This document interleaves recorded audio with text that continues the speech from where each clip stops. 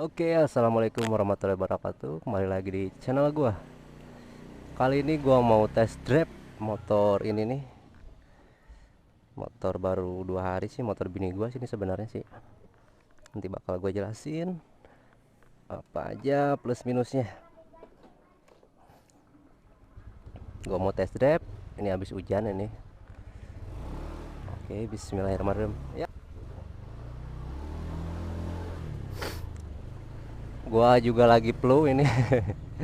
Tapi gua sempetin, gua sambil bikin vlog. Oke, beat yang kemarin yang tahun 2017 gua jual, terus gua nambah ke ini, gua beli kemarin 2017, dan ini beat 2018 yang masih pakai rangka tubular gitu. Nggak tahu kenapa bini gua pengen ganti, katanya yang agak mudahan dikit. Gua ngikut aja karena motor dia yang pakai. Oke, bakal gue jelasin plus minusnya soal tips cara mengecek eh, kendaraan second ya. Kalau kita beli motor second gitu, sepengetahuan gue aja ini mah, kita sambil ngobrol-ngobrol gitu. Oke, yang pertama tips dari gue, menurut pengalaman gue ya, yang sering gitu cek motor,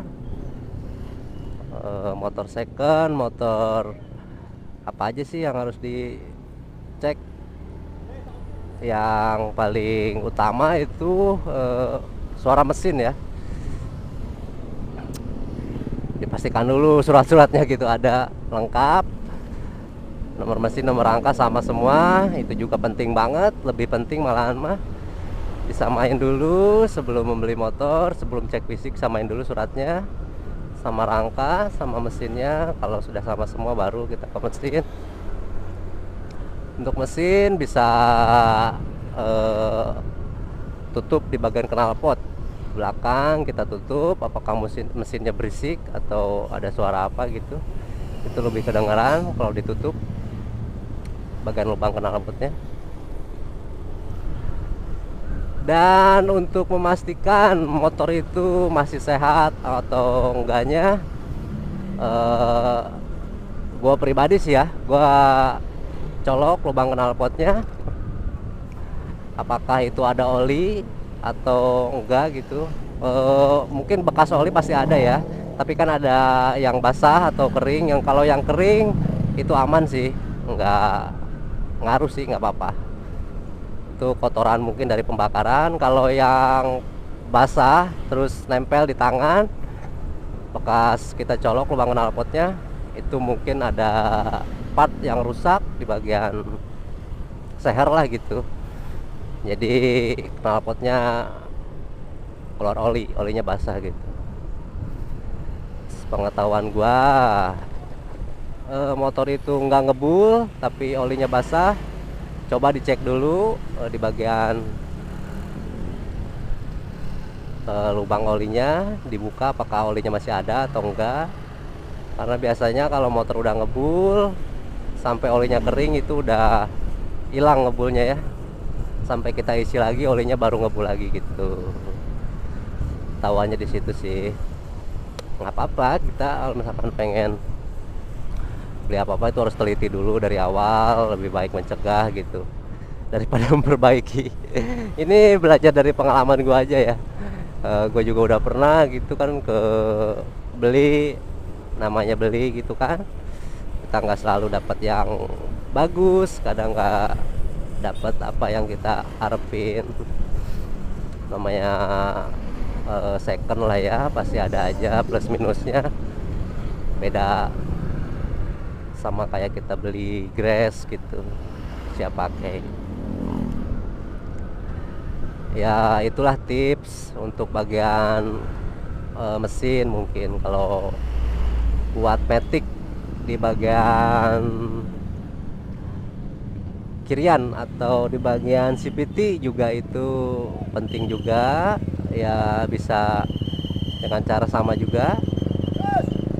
Mungkin suaranya kan kalau udah ada part yang rusak mungkin agak berisik juga atau apa, tapi itu part kirian gak begitu ribet lah ya kalau ganti-ganti juga atau apa.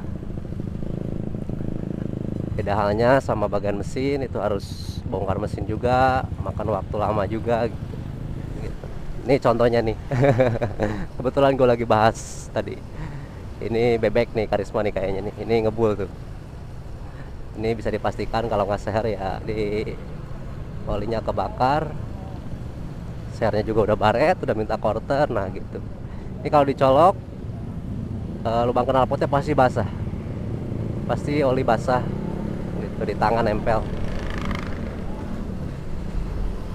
Itu sampai olinya habis dia bakalan berhenti ngebulnya gitu. Jadi olinya kering, lebih bahaya kalau nggak ganti-ganti. Oli kering nanti yang ada motor macet. Oke, terus apa lagi ya? Ya kelistrikan juga penting, dari bagian sen, lampu, starter juga gua cek. Starter gitu, kalau masih normal, akinya bagus ya, semuanya juga enak ya. Jadi nggak usah engkol-engkol lagi.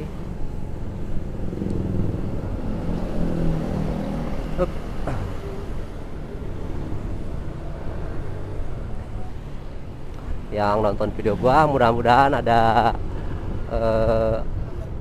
apa ya istilahnya, ada manfaatnya buat kalian semua yang bingung gitu mau beli kendaraan second atau apa gitu. Bingung caranya gimana sih biar kita bisa ngecek kendaraan itu sehat apa enggak gitu. Ya minimal lah basic yang utama kita tahu kan. Nggak langsung kita lihat kendaraan kita lihat langsung bayar gitu, nggak gitu juga gitu kan. Kita awal mula kita cek dulu gitu.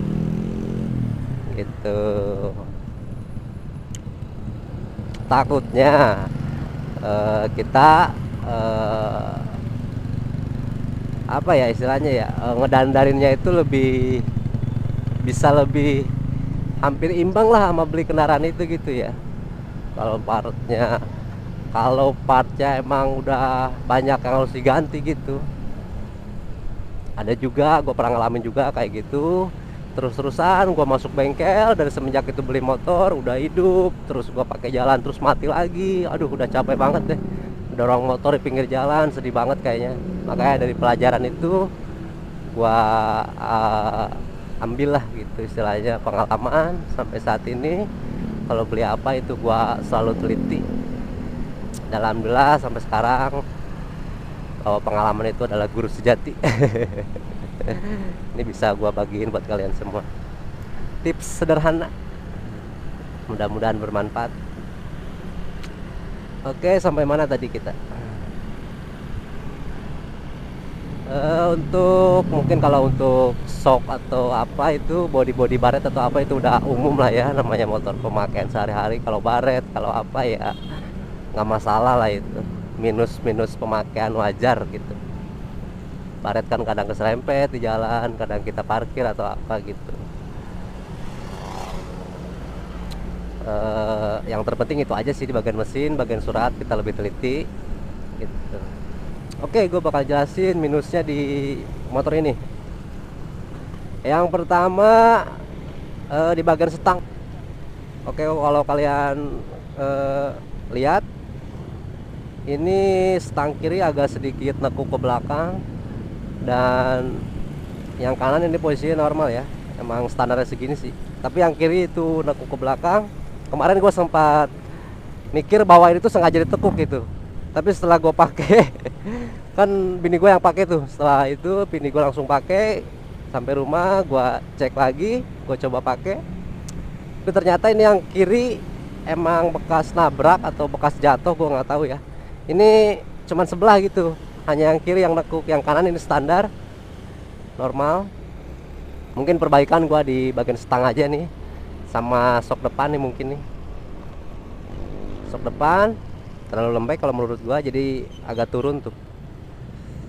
Gue belum cek juga apakah ini udah diturunin apa belum. Oke, di bagian stang mungkin itu. Terus ini yang gua rasain aja ya. Di bagian komstir agak goyang dikit, tapi nggak apa-apa sih. Kalau kita nggak ngantem jalan rusak atau polisi tidur nggak berasa. Tuh masih stabil gitu. Tapi bunyi dikit doang, krek-krek gitu. Mungkin dikencengin juga udah normal lagi. Oke, next di bagian CVT mungkin nih ada yang harus diganti lah ya. Kalau menurut gua sendiri, yang gua rasain ini agak berat. Mungkin kampas gandanya udah tipis atau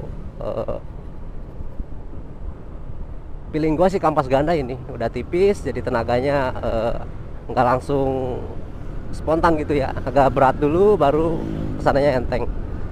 Ini hanya kampas ganda sih, buat boncengan juga masih bisa lari. Oke, buat minusnya di bagian speedometer nih, untuk kecepatan nih, apa tuh namanya? Sorry gua kalau salah nyebutin nih. Ini untuk ampere bensin ya, kayak normal deh, 2 garis normal kayaknya. Sebelumnya yang beat gua itu agak error, tapi yang ini kayak normal. Oh, ini masih hidup, kirain gua mati. Ini hidup tuh, dia naik tuh, hidup. Emang bener-bener motor terawat sih ini, beruntung banget.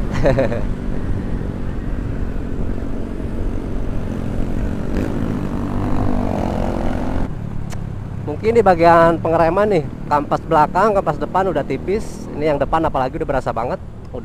Mungkin udah tinggal besinya kali ya. Ini udah dalam banget gua rem. Kalau di belakang masih bisa dikedepanin lah. Kalau yang belakang ini lumayan agak dalam juga.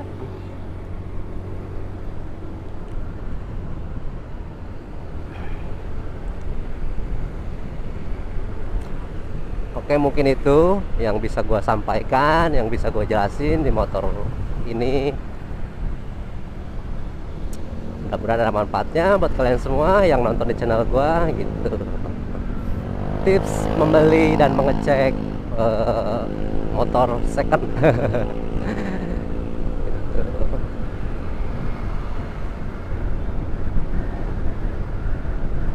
Ini sok belakang juga masih enak sih, nggak